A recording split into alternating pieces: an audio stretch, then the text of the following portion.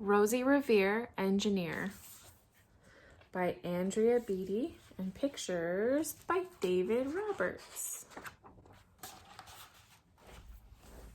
This is the story of Rosie Revere, who dreamed of becoming a great engineer. In Lila Greer's classroom at Blue River Creek, young Rosie sat shyly, not daring to speak. But when no one saw her, she peeked through the trash for treasures to add to her engineer's stash. And late at night, Rosie rolled up her sleeves and built in her hideaway under the eaves. Alone in her attic, the moon high above, dear Rosie made gadgets and gizmos she loved. And when she grew sleepy, she hid her machines far under the bed where they'd never be seen. When Rosie was young, she had not been so shy. She worked with her hair swooping over one eye and made 5 inventions for uncles and aunts, a hot dog dispenser and helium pants.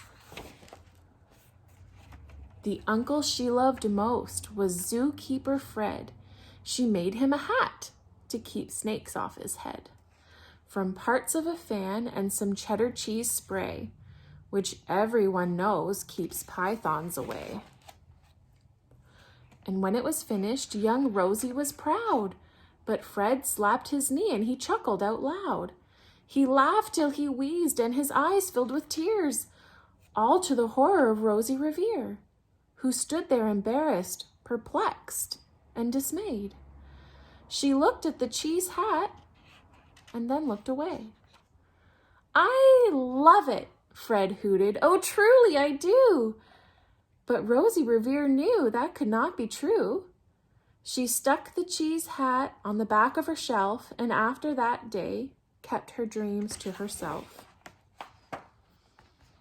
And that's how it went until one autumn day, her oldest relation showed up for a stay.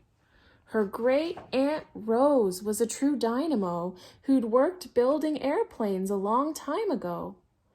She told Rosie tales of the things she had done and goals she had checked off her list one by one. She gave a sad smile as she looked to the sky. "The only thrill left on my list is to fly.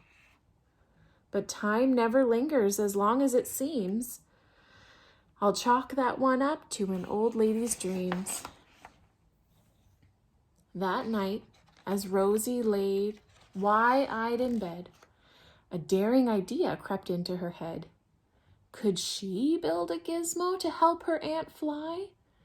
She looked at the cheese hat and said, "No, not I." But questions are tricky, and some hold on tight, and this one kept Rosie awake through the night. So when dawn approached and red streaks lit the sky, young Rosie knew just how to make her aunt fly. She worked and she worked till day was half gone, then hauled her cheese copter out onto the lawn to give her invention a test just to see the ridiculous flop it might turn out to be. Strapped into the cockpit, she flicked on the switch. The helio cheese copter sputtered and twitched. It floated for a moment and whirled round and round, then froze for a heartbeat and crashed to the ground. Then Rosie heard laughter and turned round to see the old woman laughing and slapping her knee. She laughed till she wheezed and her eyes filled with tears, all to the horror of Rosie Revere, who thought, "Oh no, never, not ever again will I try to build something to sputter or spin, or build with a lever, a switch, or a gear. And never will I be a great engineer."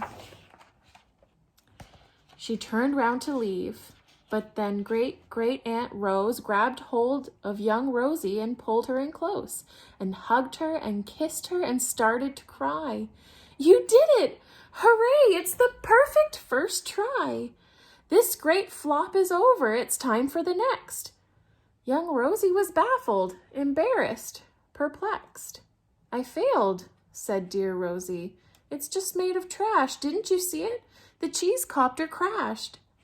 Yes, said Great Aunt, it crashed, that is true. But first, it did just what it needed to do. Before it crashed, Rosie, before that, it flew. Your brilliant first flop was a raging success. Come on, let's get busy and on to the next. She handed a notebook to Rosie Revere, who smiled at her aunt as it all became clear. Life might have its failures, but this was not it. The only true failure can come if you quit. They worked till the sun sneaked away to its bed. Aunt Rose tied her handkerchief around Rosie's head and sent her to sleep with a smile ear to ear to dream the bold dreams of a great engineer. At Blue River Creek, all the kids in grade 2 built gizmos and gadgets and doohickeys too.